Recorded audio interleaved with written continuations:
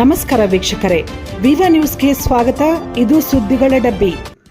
ಬೆಂಗಳೂರು ಕೇಂದ್ರ ಲೋಕಸಭಾ ಕ್ಷೇತ್ರ ವ್ಯಾಪ್ತಿಯಲ್ಲಿ ಮತಗಳ್ಳತನ ವಿಚಾರದಲ್ಲಿ ರಾಹುಲ್ ಗಾಂಧಿ ಮಾಡಿರುವ ಆರೋಪದ ಕುರಿತು ತನಿಖೆ ನಡೆಸುವ ಬಗ್ಗೆ ಕಾನೂನು ಇಲಾಖೆಯ ಅಭಿಪ್ರಾಯ ಕೇಳಲಾಗಿದೆ ಎಂದು ಸಿಎಂ ಸಿದ್ದರಾಮಯ್ಯ ಹೇಳಿದರು.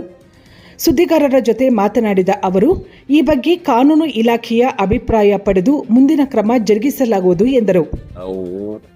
ಕಳೆದ ಲೋಕಸಭಾ ಚುನಾವಣೆಯಲ್ಲಿ 16 ಸ್ಥಾನಗಳು ಗೆಲ್ತೀವಿ ಅಂತಕ್ಕಂಥದ್ದು ನಮ್ಮ ಇಂಟರ್ನಲ್ ಸರ್ವೆ ಇದ್ದವು. ನಾವು ಗೆದ್ದದು 9 ಸ್ಥಾನಗಳು.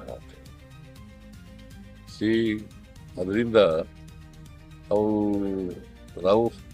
ರಾಹುಲ್ ಗಾಂಧಿ ಅವರು ಹೇಳ್ತಕ್ಕಂಥದ್ದು ಕೆಲವು ವಿಚಾರಗಳನ್ನೆಲ್ಲ ಎವಿಡೆನ್ಸ್ ಮೂಲಕ ಹೇಳಿದ್ದಾರೆ. ಏನೇನು ಆಗಿದಾವೆ ಅಂತ ಹೇಳಿದ್ದಾರೆ. So all those are available in the election commission, state election commission, central election commission. So ಅವರು ಇದ್ದದಲ್ಲ, ಅವ್ರ ದಾಖಲಾತಿಗಳನ್ನೇ ಪ್ರಸ್ತಾಪ ಮಾಡಿರೋದು. ಈಗ ನೋಡಿ ಕೇಳ್ರಿ, ಒಂದೇ ರೂಮ್ ಇರ್ತಕ್ಕಂಥ ಕೊಠಡಿನಲ್ಲಿ ಸುಮಾರು 80 ಜನ ವಾಸ ಮಾಡಕ್ಕಾಗತ್ತಾ?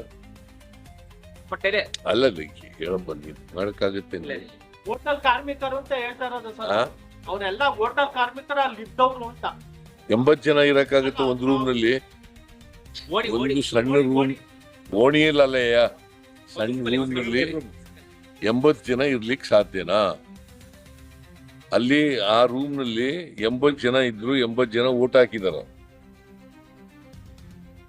45 ದಿನದೊಳಗಡೆ ಹೇಳ್ಬೇಕಿತ್ತು, ಆದ್ರೆ 1.5 ವರ್ಷ ಏನ್ ಮಾಡ್ತಿದ್ರು ಅಂತ ಪ್ರಶ್ನೆ ಮಾಡ್ತಾರೆ ಸರ್. ಯಾರು ಎಲ್ಲ ನೋಡಪ್ಪ, ನಾವು ರಿಸರ್ಚ್ ಮಾಡ್ತಾ ಇದ್ದು, ಆ ರಿಸರ್ಚ್ ಮಾಡೋದು ಕೊನೆಗೆ ಆದ್ಮೇಲೆ ರಿಸರ್ಚ್ ಮಾಡ್ಲಿಕ್ಕೆ ಪ್ರಾರಂಭ ಮಾಡೋದು.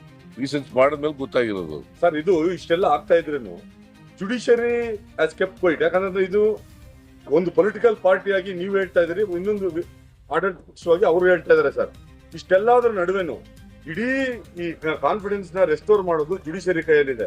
ಇದಕ್ಕೆ ಏನಾದ್ರು ಜುಡಿಷಿಯರಿ ಏನಾದ್ರು ಇಂಟರ್ವ್ಯೂ ಆಗ್ಬೇಕಾ, ಸೂಮೋಟೋ ಇಂಟರ್ವ್ಯೂ ಆಗ್ಬೇಕಾ ಬೇರೆ ಕೇಸ್ಗಳೆಲ್ಲ ಆದಂಗೆ? ನಾವು ಮೊದಲಿನಿಂದ ಹೇಳ್ತಾ ಇದ್ದೀವಿ, ಮ್ಯಾನಿಪುಲೇಷನ್ ನಡೀತಾ ಇದೆ. ಎಲೆಕ್ಷನ್ಗಳಲ್ಲಿ ಮ್ಯಾನಿಪುಲೇಷನ್ ನಡೀತದೆ, ಇವಿಎಂ ಮೇಲೆ ಮ್ಯಾನಿಪುಲೇಷನ್ ನಡೀತದೆ, ವೋಟರ್ಸ್ ಲಿಸ್ಟ್ ನಲ್ಲಿ ಮ್ಯಾನಿಪುಲೇಷನ್ ನಡೀತದೆ. ಎಂತದ್ದು ಚಿಲ್ಮೆ ಇದನ್ನೆಲ್ಲ ಹೇಳಿದೀವಿ. ಸೊ ನನ್ನ ಪ್ರಕಾರ ರಾಹುಲ್ ಗಾಂಧಿ ಅವರು ಏನ್ ಮೊನ್ನೆ ಪ್ರದರ್ಶನ ಮಾಡಿದ್ರು ಇದರಲ್ಲಿ ಮೀಡಿಯಾದಲ್ಲಿ, ಅವೆಲ್ಲವೂ ನಿಜ ಅಂತ ಅನ್ಸುತ್ತೆ.